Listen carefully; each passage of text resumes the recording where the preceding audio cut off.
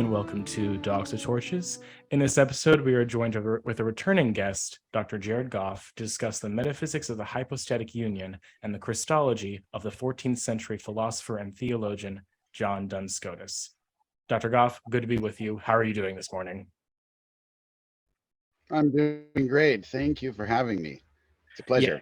Yeah, I'm very excited to discuss this episode with you because I think it's a very much understudied aspect of Scotus studies in his Christology. I mean, most people focus on Scotus's doctrine of the primacy of Christ and that whole question of the motive of the incarnation, but which we'll discuss as well. But they don't usually go into how Scotus understands the metaphysics of the hypostatic union.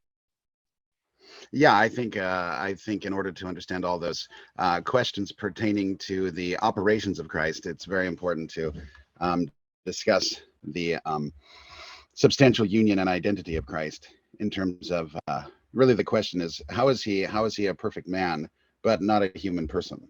Right. All right. Well, I figured maybe then we could just dive right into the subject matter. How exactly does Scotus envisage the relationship between Christ's human nature and Christ's divine nature in the person of the Word? I mean, obviously, as an Orthodox Catholic, he holds that in Christ there are two natures united to one hypostasis or one person. And sometimes theologians would use, analogies or models to describe the relationships between Christ's human nature and its relationship to the Word. I mean, Richard Cross wrote a monograph discussing how all these medieval theologians would use part whole analogies or body soul analogies, and Aquinas himself seems to opt for the body soul analogy in many of his writings.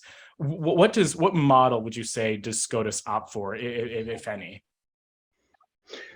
Maybe perhaps it would be better if we kind of step back and looked at the analogies and the Thomistic types of solutions for the discussing via analogy the hypostatic union. And then moving into Scotus and then his analogy for the hypostatic union, and then kind of wrap up the section by considering the what constitutes a person, Yes. and the difference between, say, the constitution of a divine person versus a created person, because I think that's where some of the key differences will come in. So, in the first sense, the question is, given the hypostatic character of the union of the humanity or human nature of Christ with the divine person of the Word, the question immediately arises of why does a perfect human being or human nature in the concrete order lack human personhood in the metaphysical sense, and this raises pretty profound questions about precisely what the nature of personhood is, and then how can this union even be conceived coherently without falling into the errors of especially monophysitism and or Nestorianism, kind of two ditches that the orthodoxy of Chalcedon wanted to avoid. And so, in addressing the question, I suppose traditionally, two distinct steps were taken. One basically was a comparative evaluation of the singular nature of the hypostatic union in comparison with other types of union. And here's where we get into the use of analogies and development of analogies. Clearly it's different, but yet it has something in common with these analogies that enable us in some way to come to a better appreciation of the definition of Chalcedon. So that's really the first step. And the second step is really, in Scotistic terms, identifying what he called the ratio formalis aparte rei, the formal reason on the part of the thing itself of personhood as such, which explains then why the union of the human nature to the second person of the Trinity is hypostatic, and why the perfect, both questions are important, why it's hypostatic, how this union obtains, and then why the perfect individual human nature of Jesus with its own, in Scotistic terms, hexeatas, is not a human person. And this second part is kind of the core of Scotus's metaphysics of the incarnation. So in the first part, in terms of the analogies were in the main developed in the patristic eras, especially by the Greek fathers such as Saint Maximus the Confessor, Saint Leontius of Byzant, and Saint John of Damascus.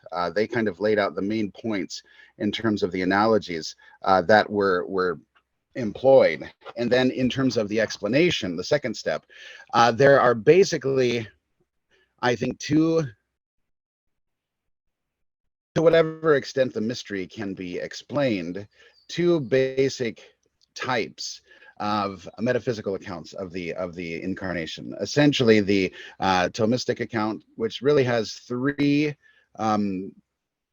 sub-distinctions, three ways in which the incarnation is explained in terms of metaphysics, and then you have the Scotistic account. And once once you get into the 14th and especially the 15th through 18th centuries, there's a great deal of impact and influence going back and forth.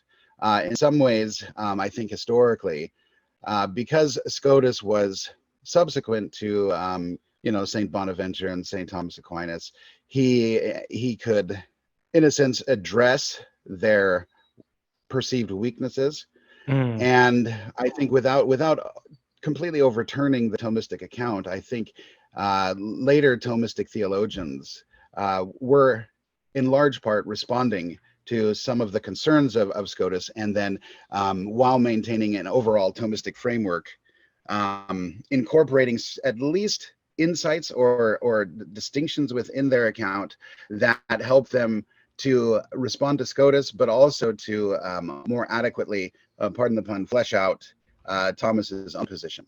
And so, moving past the 13th and early 14th centuries into the 16th and 17th centuries, you find, and even up through the modern era into the early 20th centuries, a lot of these similar discussions were being continued. And you find, I suppose, the most differentiated and robust accounts of that second question, answering why or how Jesus can be a perfect human being possessing a full and complete human nature and yet not be a human person. Interesting. So moving on to the kind of the maybe you call it a catalog or a list of analogies. Basically, they fall into three basic areas. One is looks at the order of essence, which may be the more physical or natural philosophical analogies. The second one could be considered in terms of the order of being, or more properly, metaphysical analogies for the incarnation. And the third in terms of the order of accident. Again, physical, but not on the order of essence. The first two are clearly regarded as substantial, while the second of the first two, the order of being or the metaphysical analogies, may be better understood as per se or in themselves or in itself. So in terms of the analogies, you have the first is union in the order of substance and essence. And so in this analogy, the hypostatic union is compared to the union of essentially body and soul. That's the primary analogy, the union of body and soul. Another analogy in this same kind of typology is one of horticultural engrafting, such as like a branch into a tree. And then another sense is kind of the analogy of mixing oil and balsam to form chrism. So there are three basic types of analogies in this sense. And the first one, and I think the most important one, is the union between body and soul in man. So as the soul is to the body, so is the divine and human nature in their relation. So there's the typology. Soul body gives you human nature. Divine and human natures gives you person of Christ. Though the union of soul and body is substantial and personal, there are significant or important differences between the two terms of the analogy. The difference is clearly with soul and body. It's a union between incomplete substances in the patristic parlance, taken over in large part by Saint Bonaventure, prescinding from the Aristotelian notion of the unicity of the substantial form. They would think of these body and soul as incomplete substances or partial substances, intrinsically in potency and disposed towards a complete and full substantial union. So, a clear difference is the divine and human natures in Christ are complete substances in that relevant sense. They're beings in themselves. They're not partial. So that's the first important difference. And the second is the human person in the body-soul analogy results from the union rather than pre-existing it. And clearly there's a difference because the person of the word pre-existed the human nature of Christ. However, there are important likenesses that make this analogy useful to in a sense, penetrate more deeply into understanding the mystery of the ontology of the hypostatic union or the incarnation. So some key likenesses are: A, body and soul are not confused. One doesn't become the other. B, the soul is immediately united to the body. And so there's an immediacy, a directness, a lack of any kind of mediating form or activity between soul and body. A third important likeness is the soul enjoys the chief role in this union. The fourth is the body then is a kind of instrument for the soul in this dynamic order in this union. And I guess fifth, there does exist a kind of already an anticipated communicatio idiomatum. So what can be attributed to the part can be attributed to the whole. So, in conclusion, the union of body and soul in the human composite is personal, it's substantial, and it's essential. And so this really gives us an insight into the emphasis on the substantial nature of the union in the incarnation. It's not an accidental union in any proper sense. It's a substantial union. And that's an important point, because we're referring to some sort of concrete ultimate term of reality and thus predication. It's not an aggregate. It's not a composite. It's not a kind of loose or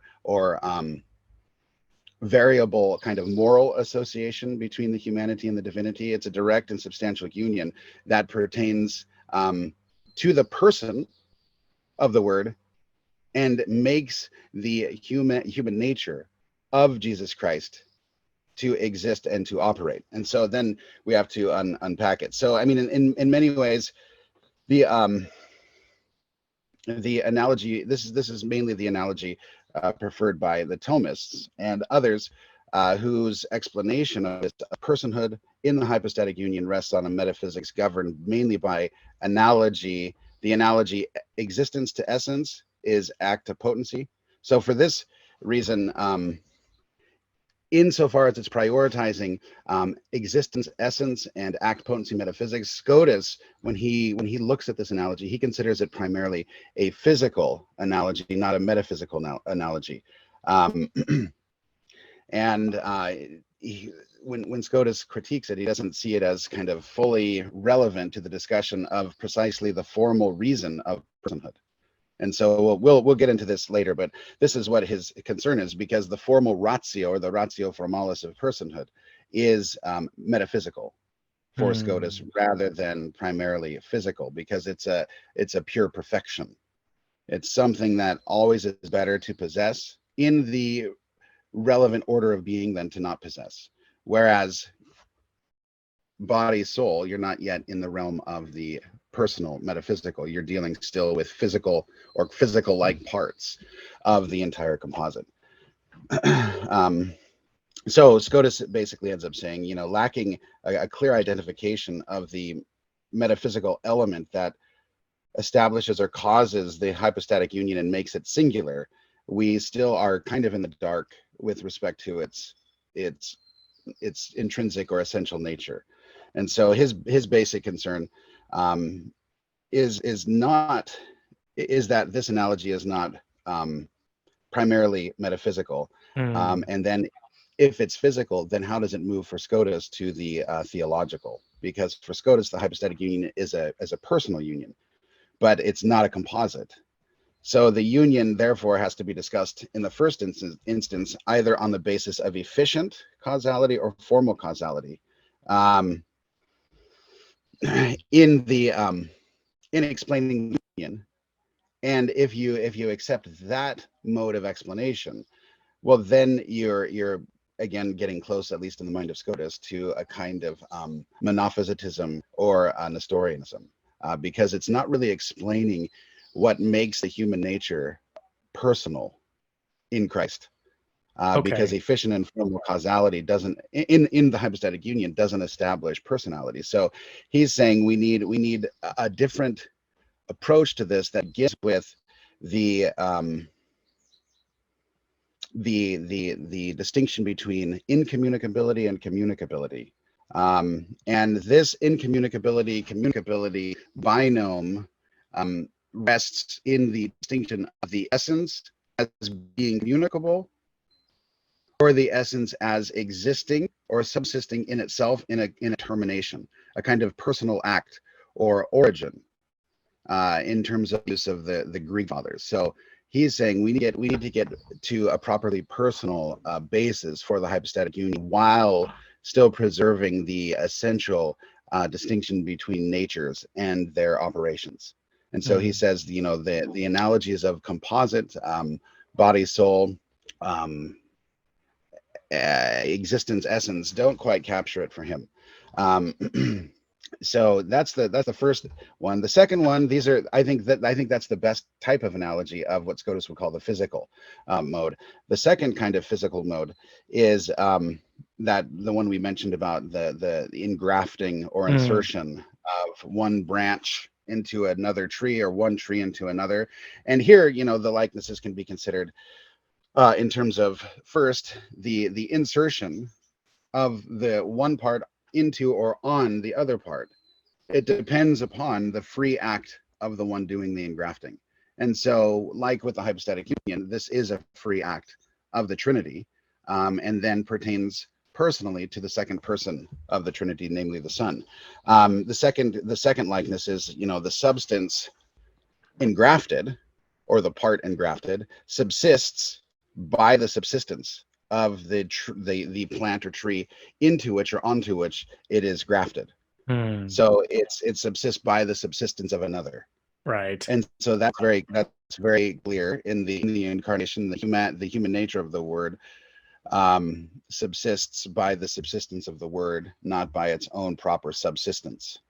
Well, as I understand, one of the things Aquinas toys with that model of understanding the hypostatic union in a few passages, and I think he's able to hold to that because of his understanding of the unicity of substantial form. But that there's only one concrete active one esse in an individual, even though that's made up of different parts or different organs. But I don't know if under Scotus's understanding of hylomorphism, that model would hold water, just because Scotus doesn't hold to a unicity of substantial form thesis. Yeah, I think perhaps we'll get into it a little bit later. But if I don't cover it, remind me. But maybe we should pin that and raise it again, because I think there are two reasons that immediately come to mind in terms of a Scotistic analysis why he would have trouble with Thomas's solution. But once we lay it out, maybe it'll become clearer. A third point is the substance engrafted retains its own proper character. So if you graft a pear tree onto an apple tree, and I'm not saying this is even possible, insofar as the pear remains a pear, it retains its own proper characteristics, even though it's subsisting by the subsistence of the apple tree.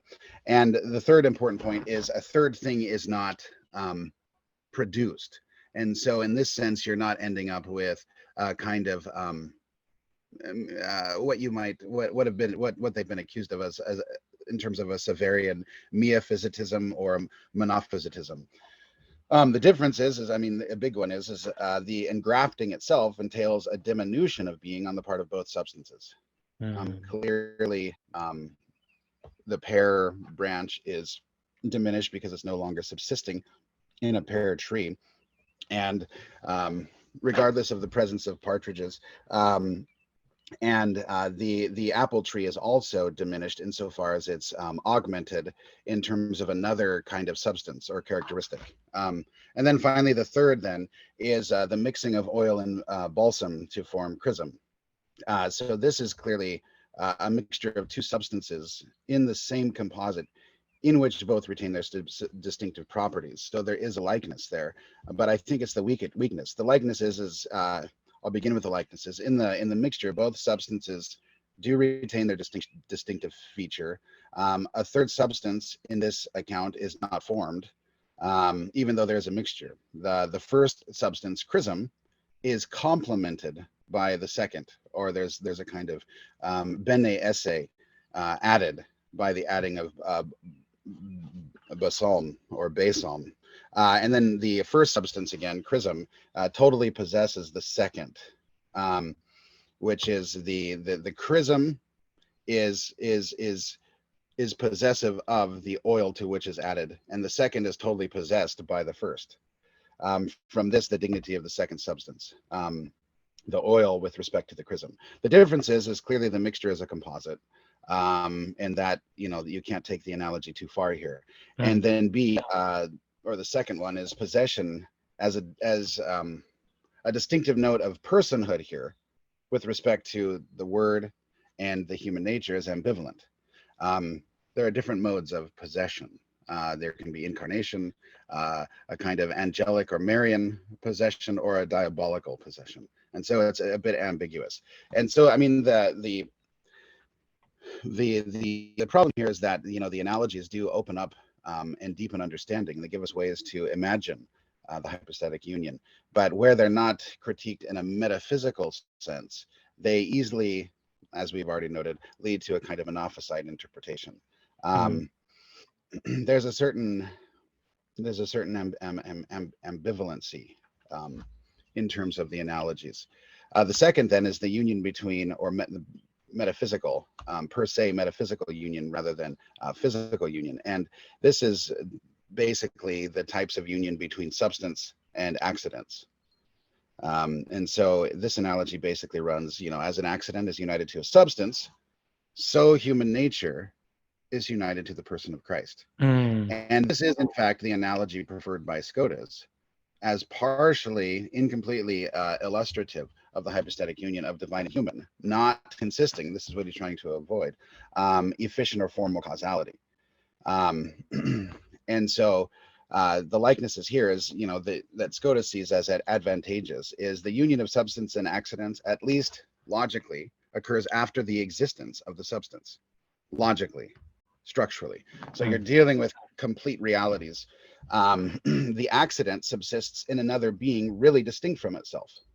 Another thing that Scotus finds valuable. And in common with some of the other analogies, a third thing, or a tertium quid, or a subsisting subject, does not result from the union.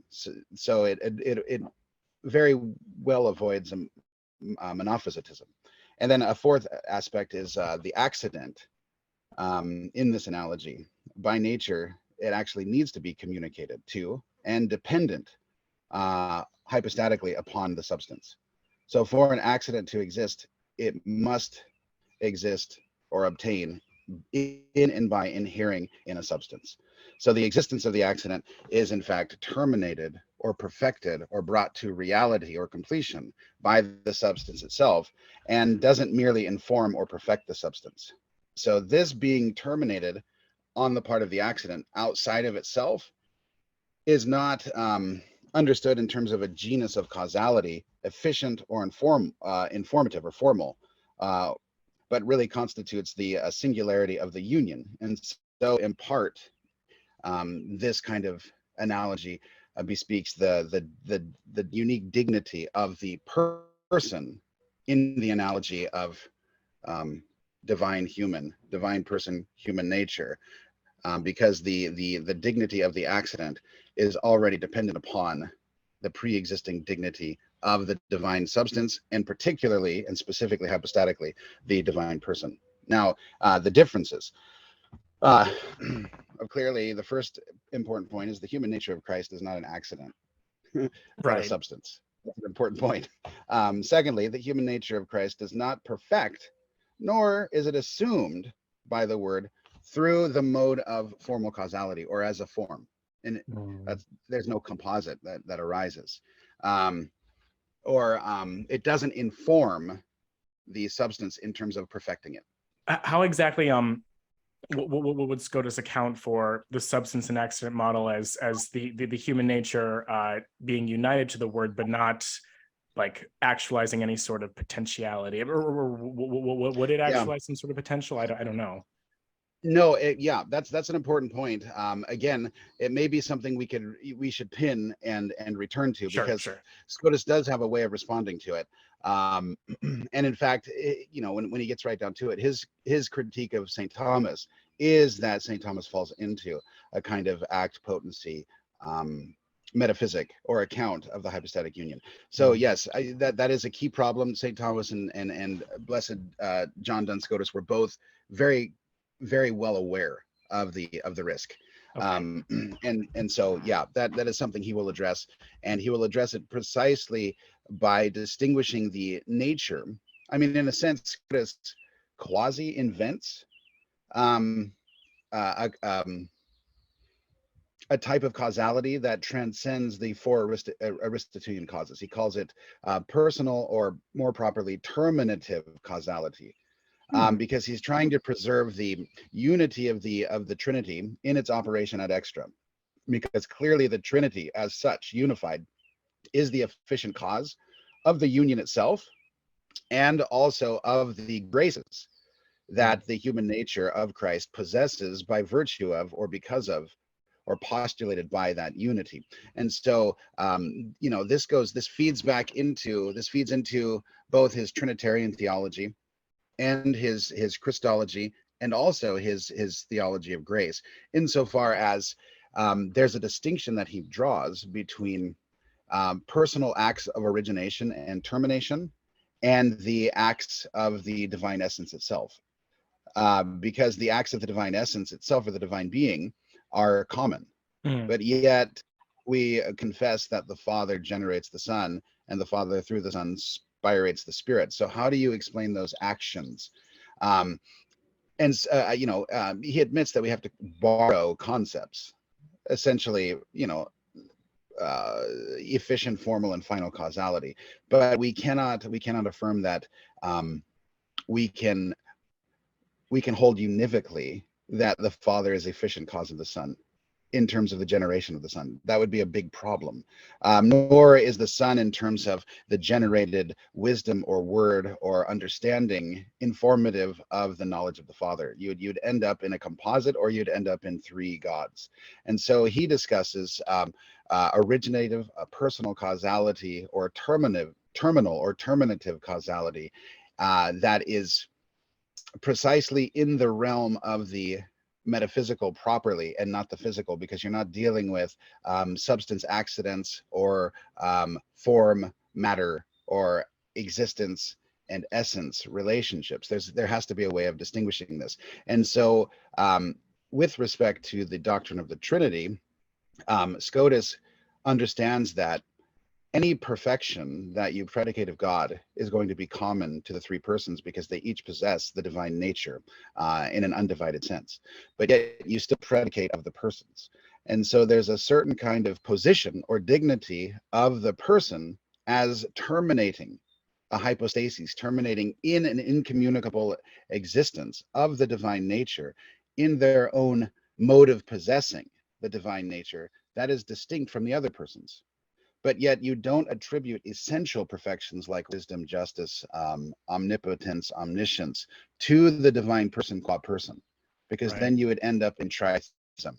And so when he's discussing then the causality of the hypostatic union, he still is dealing with this distinction between nature and person. How do we speak of the person of the Word assuming a nature without A, entering into composition, B, acting in a manner independently in terms of the essential unity of the divine power ad extra of the Trinity as such? How do you explain this?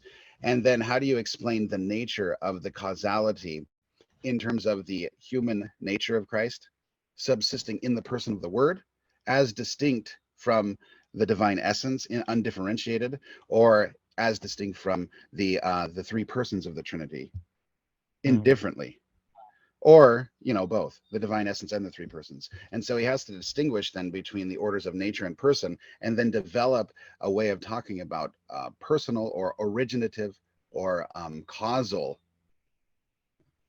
terminative causal power that is not reducible to efficient or formal or final causality, in respect to the key or the core of personal causality. And that's where he, in a sense, gets out of some of, in my opinion, the blind alleys or the paradoxes that arise from an overly literal or univocal use of the analogies. Okay. The physical or the metaphysical analogies. Okay, so continuing on with the different analogies for describing the incarnation. So far, we've discussed the soul and body analogy. We described the sort of like part and whole, like with the tree branch and the tree analogy. We discussed the sort of mixture analogy, and these are sort of the three that are in the mind of. Is it Scotus right now who's dealing with these three, or is this also Thomas? Yeah, I mean, everybody pretty much, when you're discussing this problem, is borrowing these analogies and taking them from the church fathers, and then trying to see how they best fit in terms of a not so much a dogmatic affirmation, because this was clearly settled at Chalcedon, but rather a theological account that, in a sense, makes the faith, makes the dogmatic and doctrinal teachings of the church more understandable. And so, in a sense, we can pray more intelligently and explain to scoffers and naysayers with more skill and success. Right. And so right now we're looking at the union between substance and accidents. And that's kind of the analogy that Scotus likes. And that we began with the likenesses. Now we're in the differences, and we're at the third difference.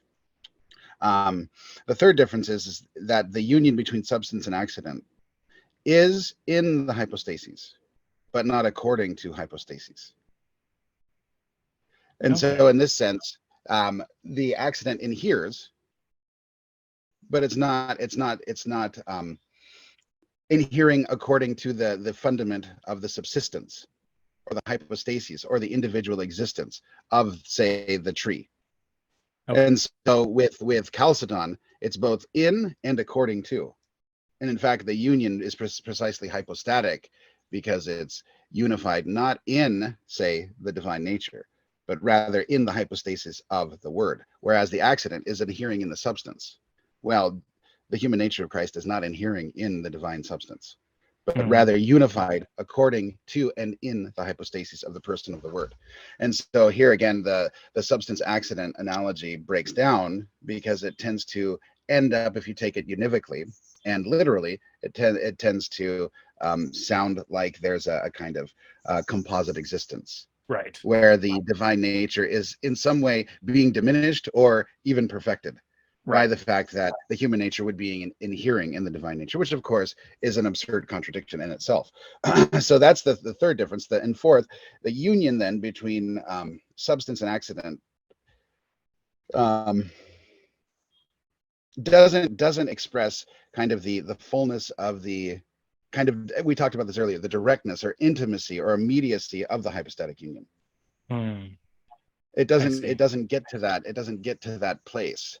And so, Scotus doesn't employ this example in a univocal sense in relation to the hypostatic union, because of, taken univocally or in an unqualified manner, it contains a number of relationships impossible to the hypostatic union. Above all, the factor of formal causality.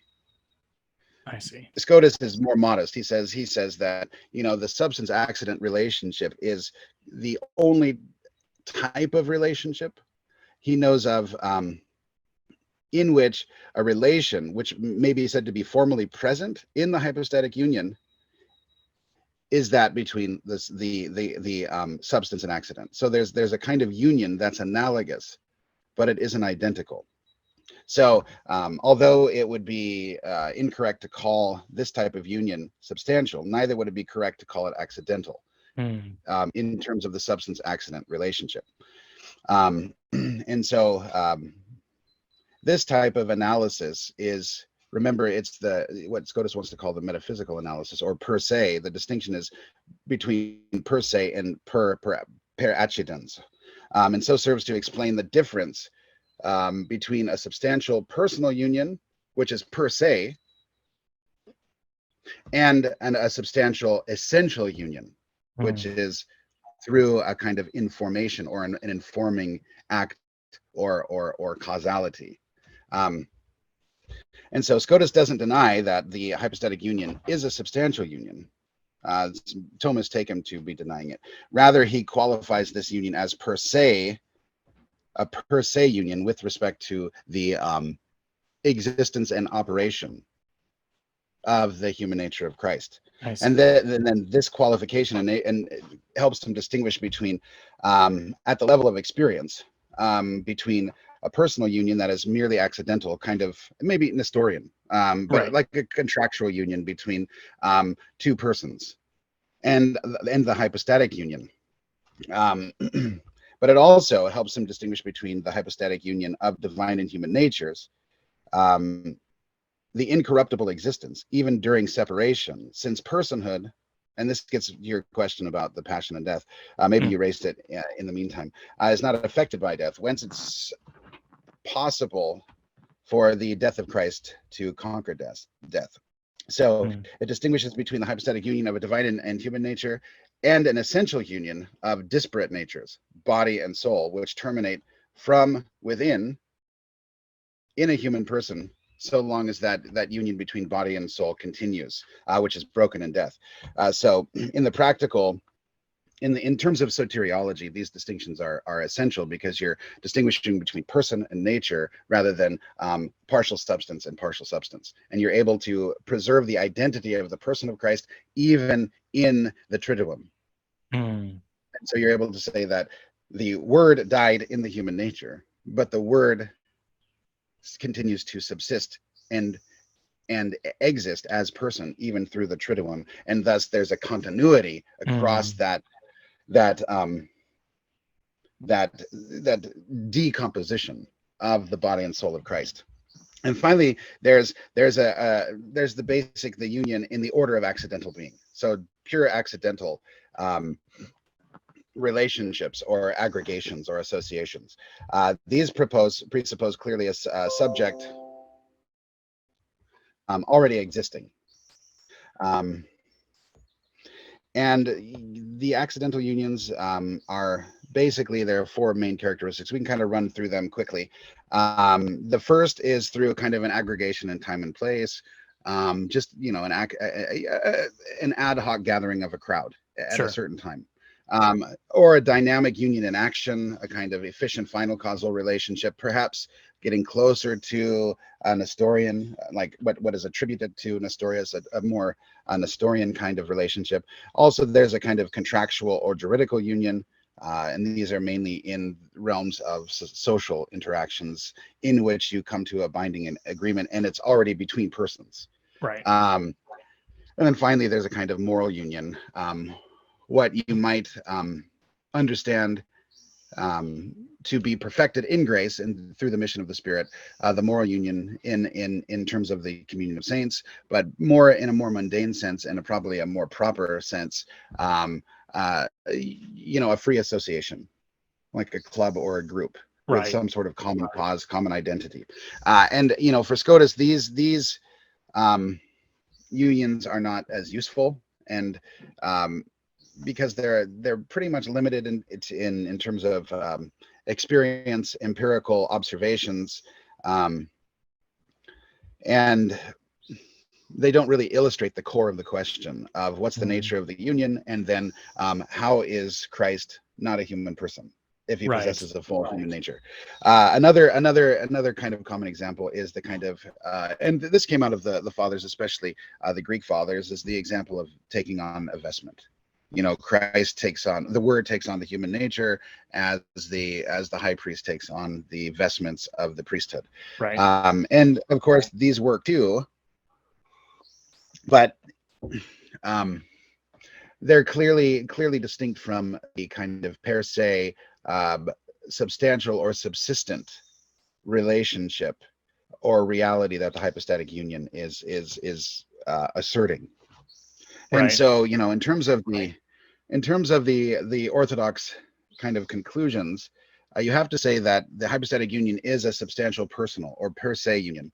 And here's where it gets interesting. Insofar as it affirms a hypostatic dependence, not efficient, not formal, not final, in the proper sense, hypostatic dependence of the human nature, dependence assumed on the part of the assumed human nature, but the dependence is from the person of the Word.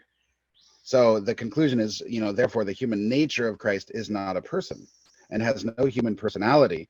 It is because the individual or hexaetus human nature of Christ is communicated to the Word. That is, it subsists in the Word in an analogical way, in terms of Scotus, as an accident subsists in the substance, because it doesn't inform the Word by the human nature. The human nature does not inform the Word. In fact, the Word can't be informed because A, it's a person, and B, it's a person possessive of the divine nature itself, which is pure act, simple, infinite.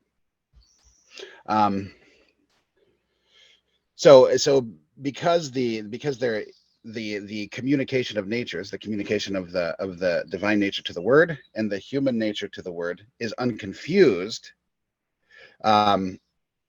There's a close analogy to the body-soul composite. Right.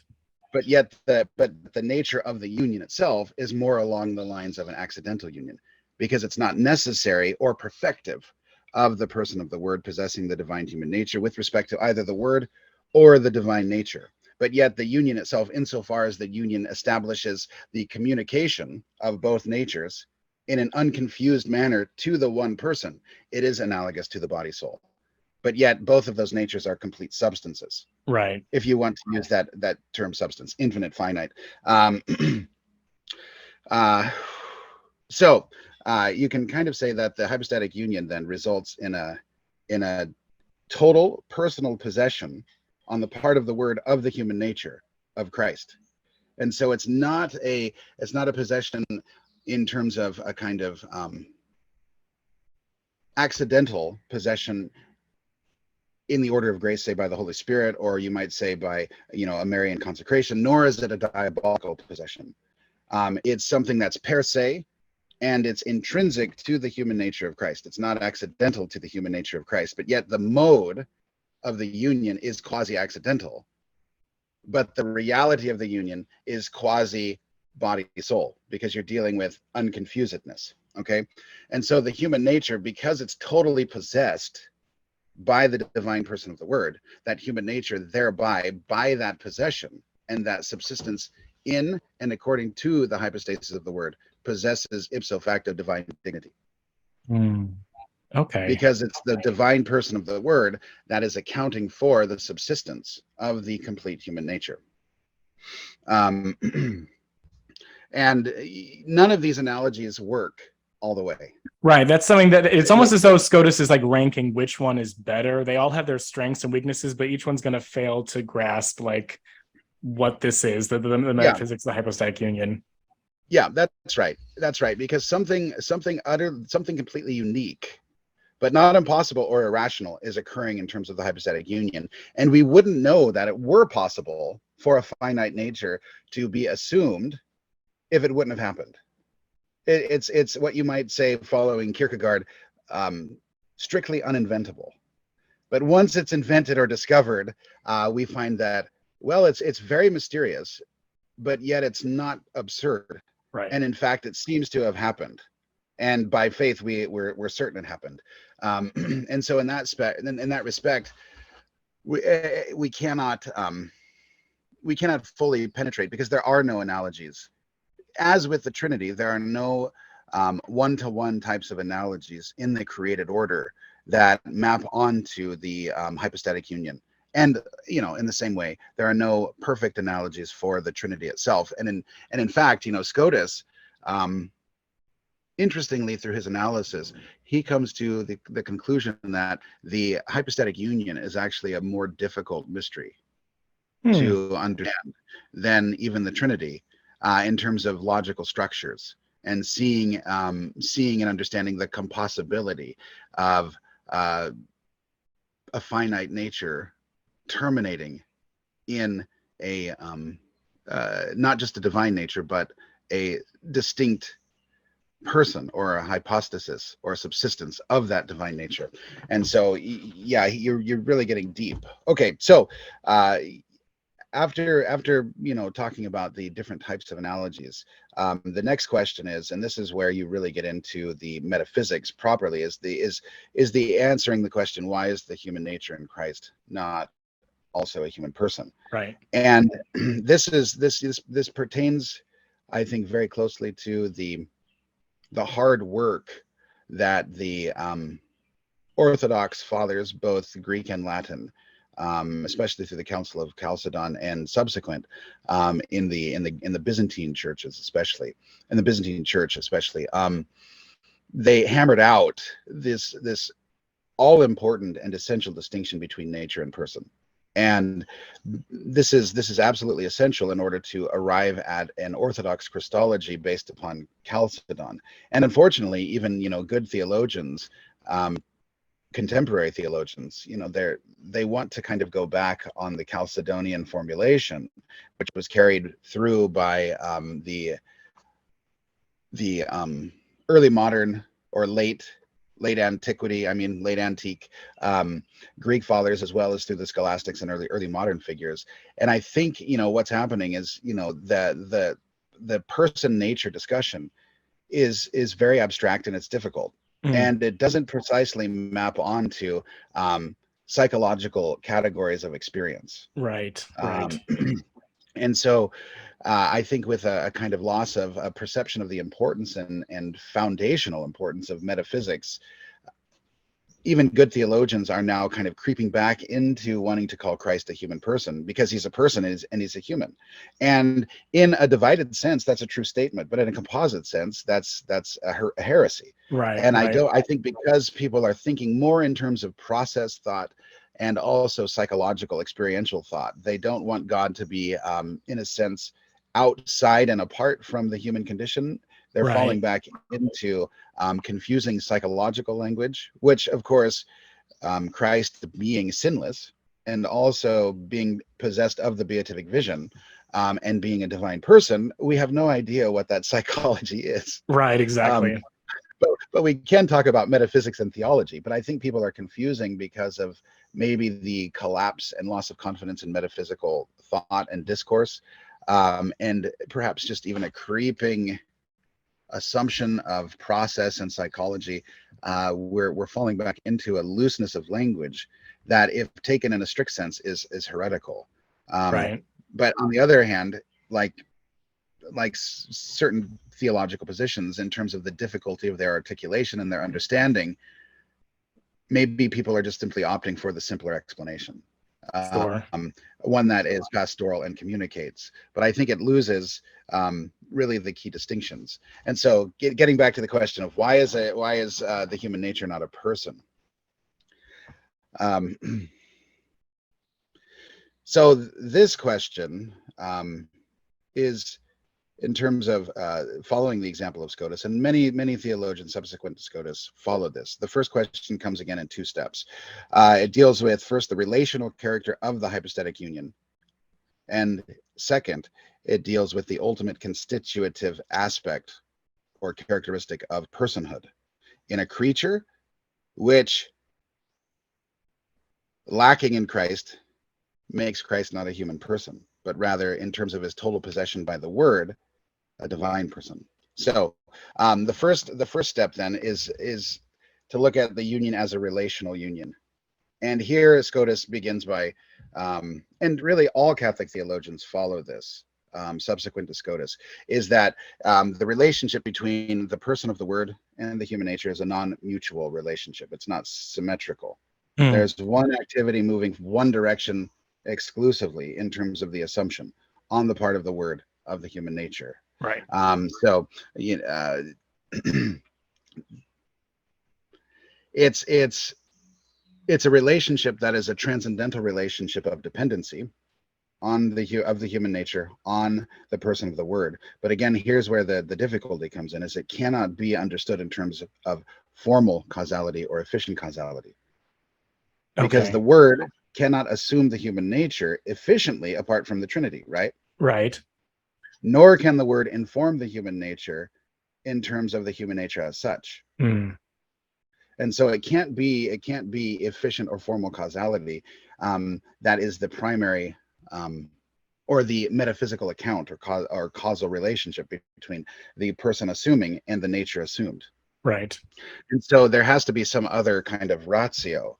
And Scotus and really subsequently Catholic theologians have said, well, it's not efficient or formal causality. It's rather predicated upon the reason or cause. The technical term is the ratio terminationis naturae, the reason or cause or formal cause of the termination of the nature. So what's the formal cause of the termination of the created human nature of Christ in terms of its subsistence? That's what they're trying to answer for. And this pertains both to the human nature of Christ, which is not a human person, which is a divine person, or who is a divine person, as well as created persons. What's Okay. the reason for the termination that will then indicate whether or not or why Christ is not a human person, but created persons are human or angelic persons. Okay. And so all Catholic theologians, essentially agree that the union is non-mutual, it's asymmetrical, and it's coming in a sense from outside the order of human nature as such. It's not an exigency, it's not a disposition in terms of an active potency in the human nature. It's clearly an obediential potency, Right. but it's an active potency. So it's coming from a hierarchizing power, raising or bringing that created nature up into a higher mode of subsistence I see. and dependency upon God. And so it's a transcendental relationship again, but not in terms of the causal order of efficient formal, but in terms of the hypostatic order, the personal order. And this gets back to this idea of what is terminal or terminative or personal causality as distinct from the efficient formal final causality that you find in terms of the Aristotelian causes. And you have to have some notion of this because it's necessary for explaining the Trinity. And it's also necessary for explaining the hypostatic union because the Aristotelian causes don't work. It also seems to help explain the personal actions of Christ in his earthly ministry, that it's the activities of Christ rather than the triune God that are salvific. Would you say that that's fair, or? Yeah, I think absolutely. I mean, this pertains to the identity of the subject who is Jesus Christ, who operates in and through a human nature, qua nature, but also qua the overflowing of the Holy Spirit and the graces of the Holy Spirit in his human activity that are all predicated of the divine person. And so what Christ does through divine power is predicated of Christ, and what Christ does through human operation is also predicated of Christ, who happens to be the second person of the Trinity, who happens to be a divine person. And so you're able to distinguish the proper operations of each nature while maintaining the unity of the person. And so it pertains precisely to what you were saying about the identity in distinction. So what Scotus is asserting here in terms of the causality or this relation not in terms of Aristotelian causality, but in terms of the hypostatic order, he's asserting that the union in Christ between the two natures, divine and human, is not explained by any type of relation determined by the exercise of causality, whether this causality is extrinsic or intrinsic, i.e. efficient or formal. But this relationship consists in a pure hypostatic dependence, this key word of dependence, independence, communicability, incommunicability, dependence, independence, communicability, incommunicability. These are key notions in the entire Franciscan school of how we arrive at the definition of a person. And perhaps at this point, I should just simply say that St. Thomas in the main follows Boethius's definition of a person, Mm. an individual substance of a rational nature. Mm. And Richard of St. Victor first, and he's fairly late. It's not as though he's denying the insight of Boethius and saying that definition is wrong.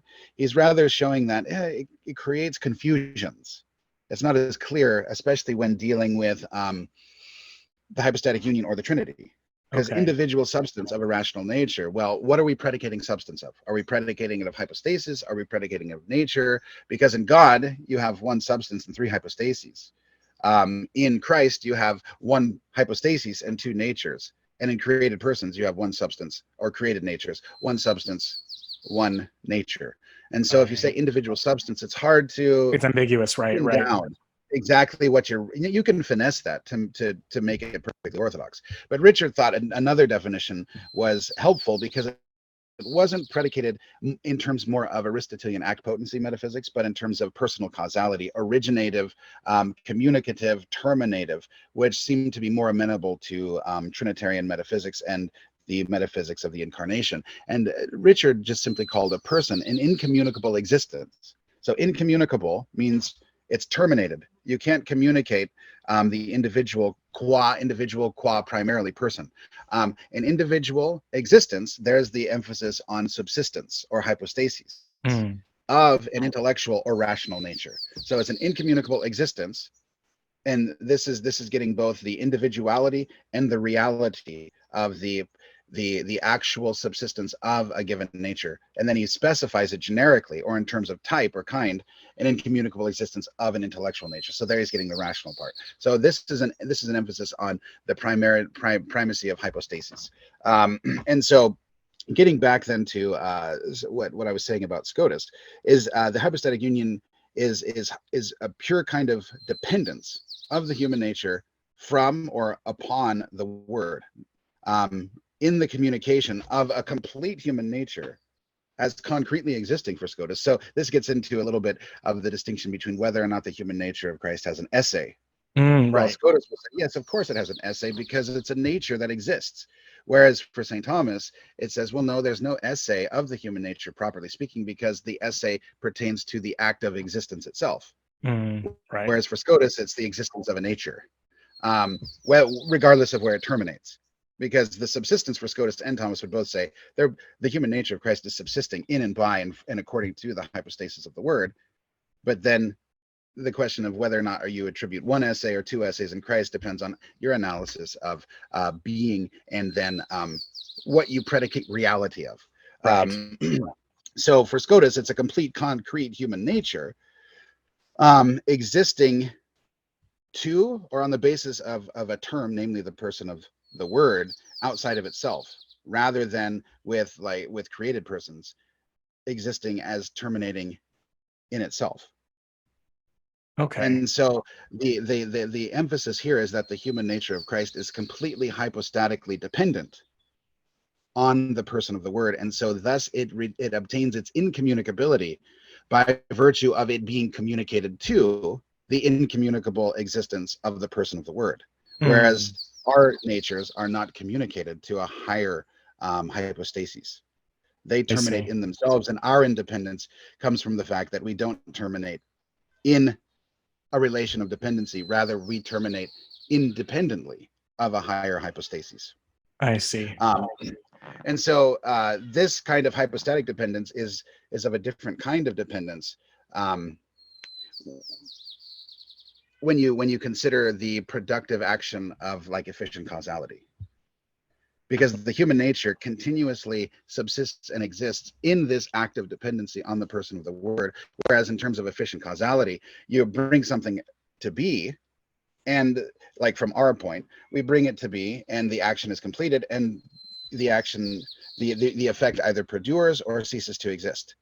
But it's not the effect doesn't relate to us in terms of its existence, essentially by virtue of our hypostatic reality.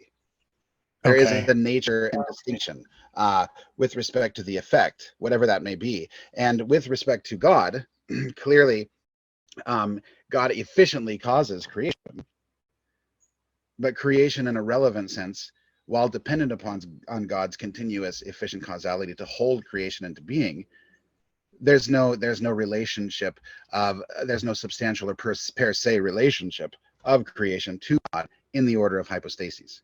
Creation doesn't subsist in any divine person. It rather subsists because of the power of God terminating and constituting creation outside of God. Okay. Whereas the human nature uniquely subsists from the or exists from the subsistence of the person of the Word. So we're running out of time again. Yeah. Do you want to end the meeting and then jump back on again? No, I think I'll try to get through this section. Sorry, this is taking longer, and hopefully this isn't boring everyone to tears. No, not at all. But so Scotus then will talk about this relation of hypostatic dependency, as establishing the difference between a divine person in the case of Christ and a human person in the case of everyone who's not hypostatically. So for Scotus then, without the determination or termination rather of the intrinsic communicability, because natures are communicable qua natures, and it's in their termination or actual completed communication that they become incommunicable, when they subsist in themselves and they become individual.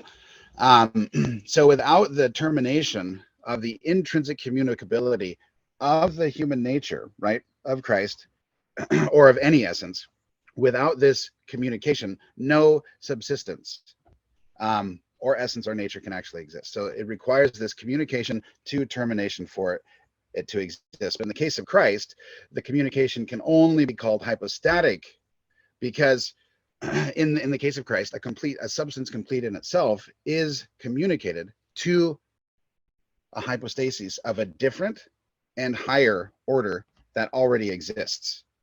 So the dependence, or you have the two components. You have the first component is communication termination. So that gives you the relationship of communicability to incommunicability.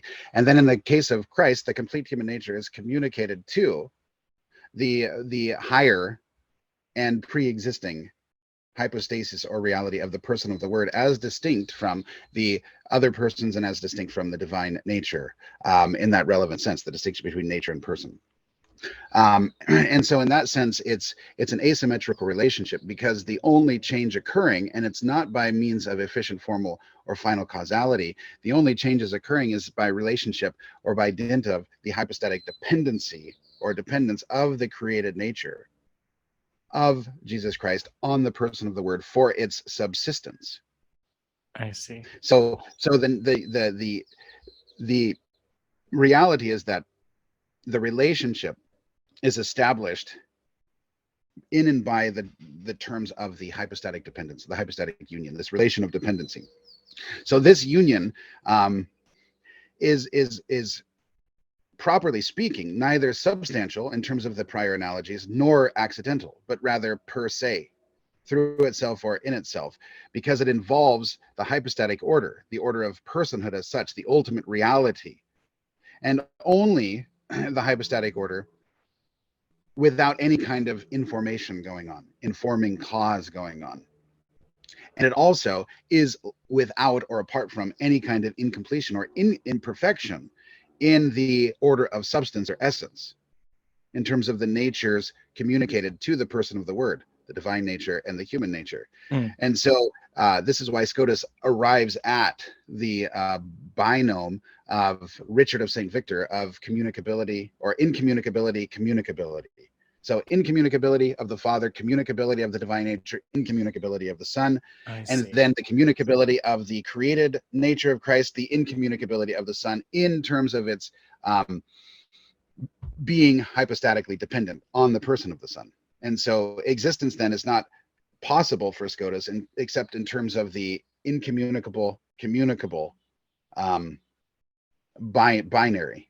And so in this sense, he's trying to move up and past act potency metaphysics, because act potency metaphysics for him seems to be rooted in physical change, or at least finite orders of efficient, formal, and final causality. And he says, well, this just simply can't obtain in the Trinity, and it can obtain in the hypostatic union, because if you affirm, efficient or formal causality or even final causality in God, well, God is either a composite or he's multiple, which is unacceptable. And if you affirm the same, especially efficient and formal causality in the incarnation, well, then you have composition and thus imperfection being introduced into, most importantly, God, but also in terms of the human nature. And then there's a question arises, well, whether or not this is actually a complete and perfect human nature, if something is being supplied on the part of the divine that is pertinent and directly germane to the perfection of that human nature. Well, is Christ perfectly or fully human? And so again, it's the distinction between nature and person, and this binomial of independence, dependence, or incommunicability, communicability that is not properly located. It's rooted in a personal activity and action, but it's not properly causal in the efficient or formal sense. And this is again where Scotus is getting to. He's saying there's something that is even transcendent of the Aristotelian causes here, and there's something mysterious and unique to personhood that is precisely revealed through the incarnation, that opens up the Trinity, but then also redounds to questions pertaining to the order of grace and salvation. Because personal causality, without denying efficient and formal and final, personal causality is still prior in terms of operation and in terms of end, even in the order of salvation. I mean, this is Scotus's whole theology being developed on the basis of his Christology. And so I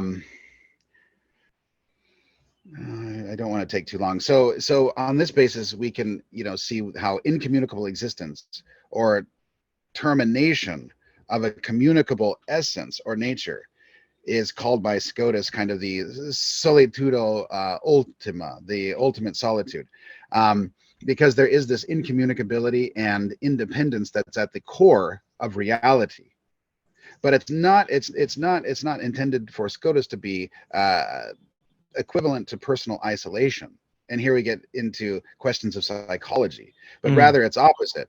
It's really personal communion flows out of this incommunicability into communicability and incommunicability on the basis of charity or love. This is the whole metaphysic of Scotus in the Trinity, but it's also then in terms of the economy, it's moving from incommunicability to communion through communicability, and then terminating in incommunicable subsistences in different orders.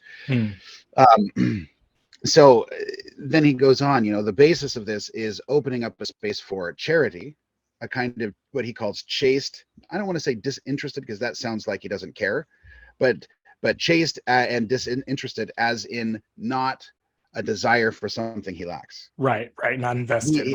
This is something that is very, very mysterious and purely beneficent.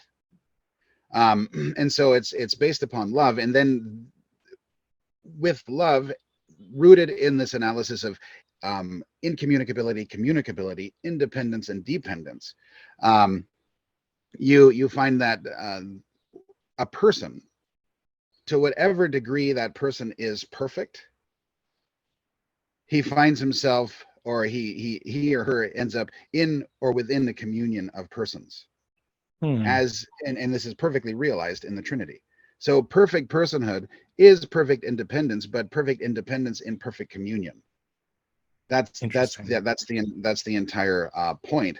And so to the degree that created realities can enter up into this perfect communion of persons, independence and or incommunicability and communicability, to that degree their persons are perfected.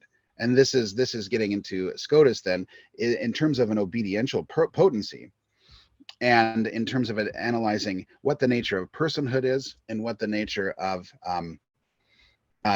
human, the personhood of Christ and the perfection of personhood. Scotus is just simply saying that even though there is a simple perfection of created personhood that terminates in itself, the greatest form of human personhood is divine personhood, not precisely because of active potencies, but because of this obediential potency for the nature to be communicated hypostatically to a divine person.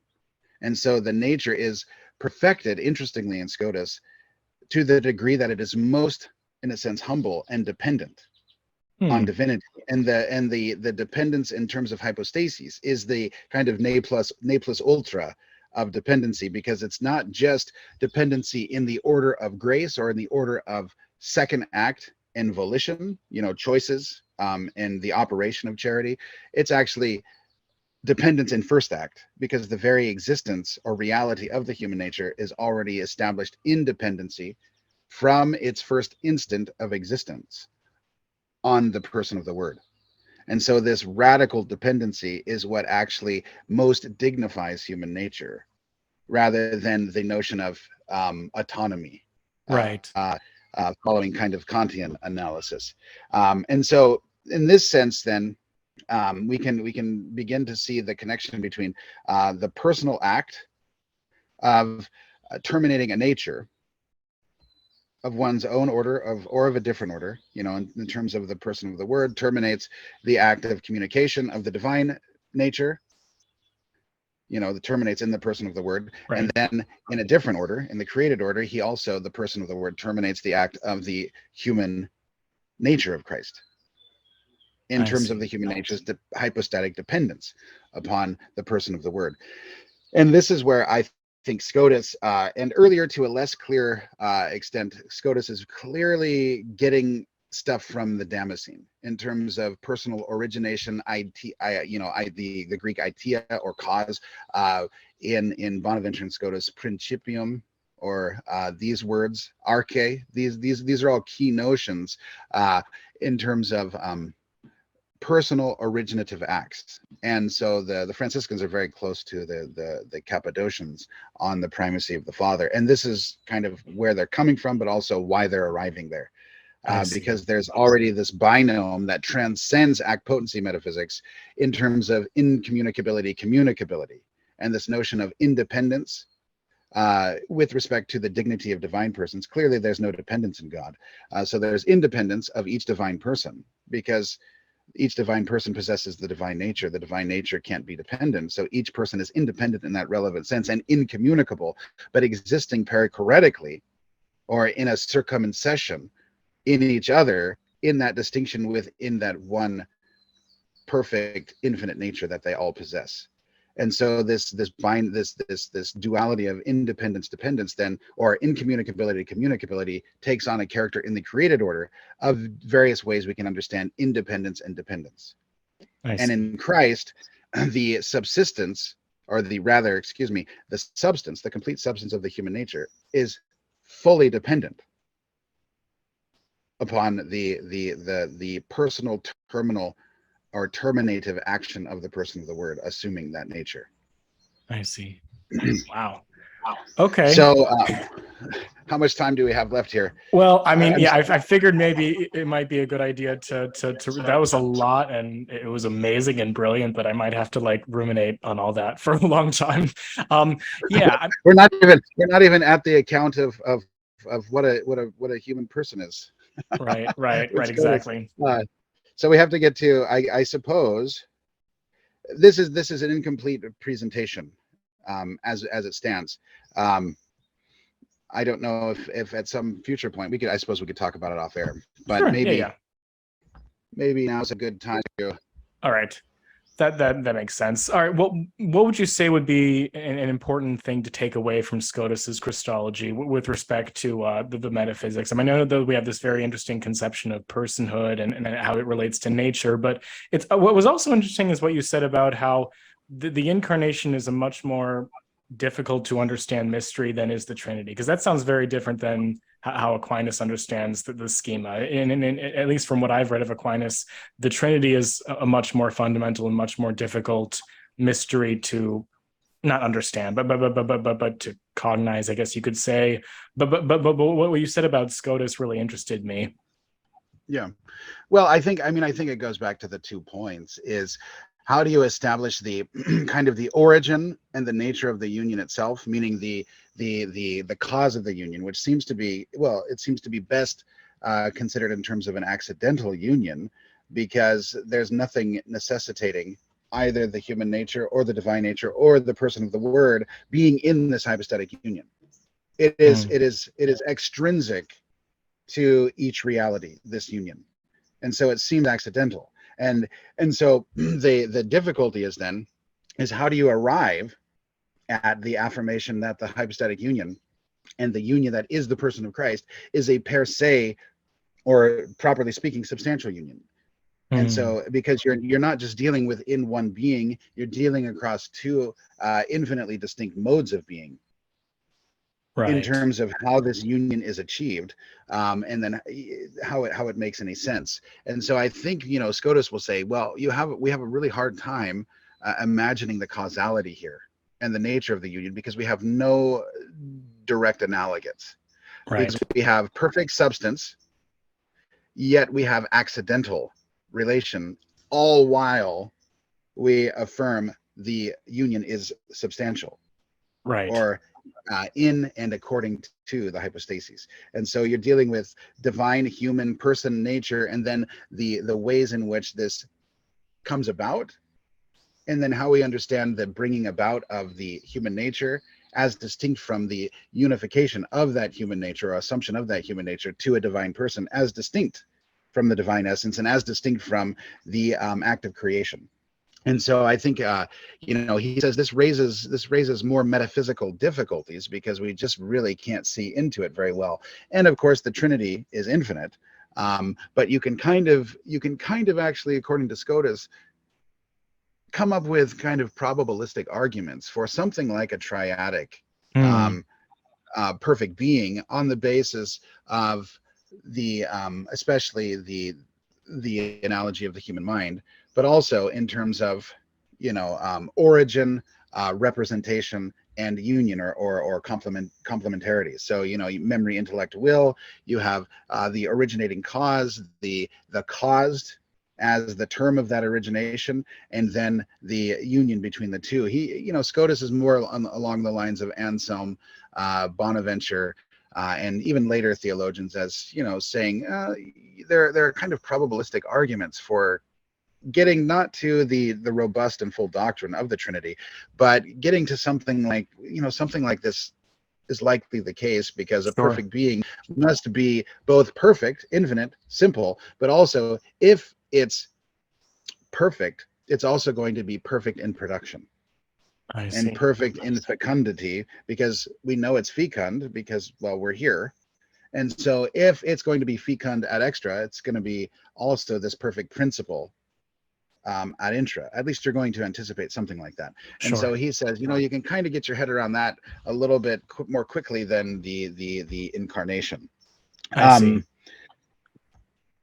So yeah, I think both are obviously strict mysteries, but he said that's why Scotus said that it's maybe easier. I'm thinking,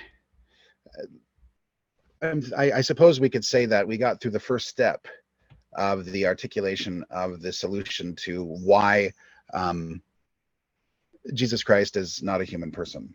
And I mean, I'd be happy to pick it up sometime.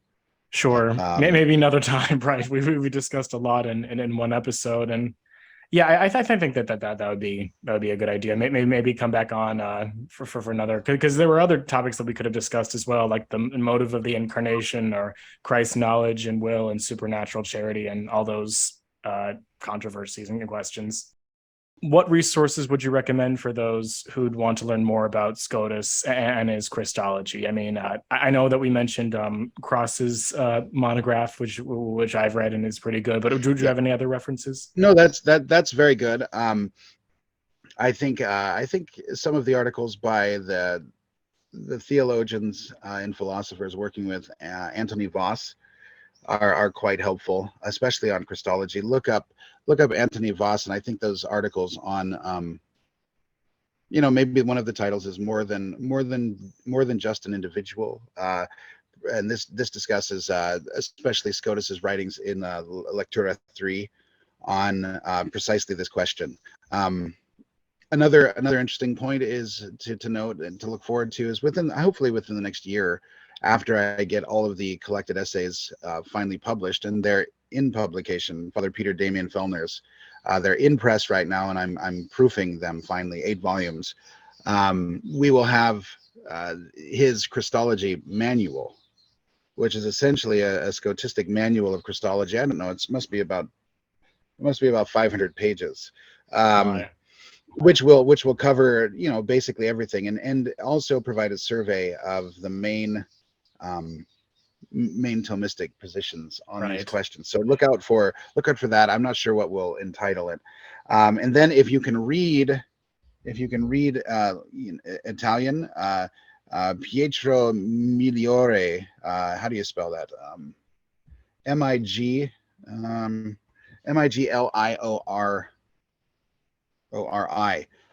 So Migliori.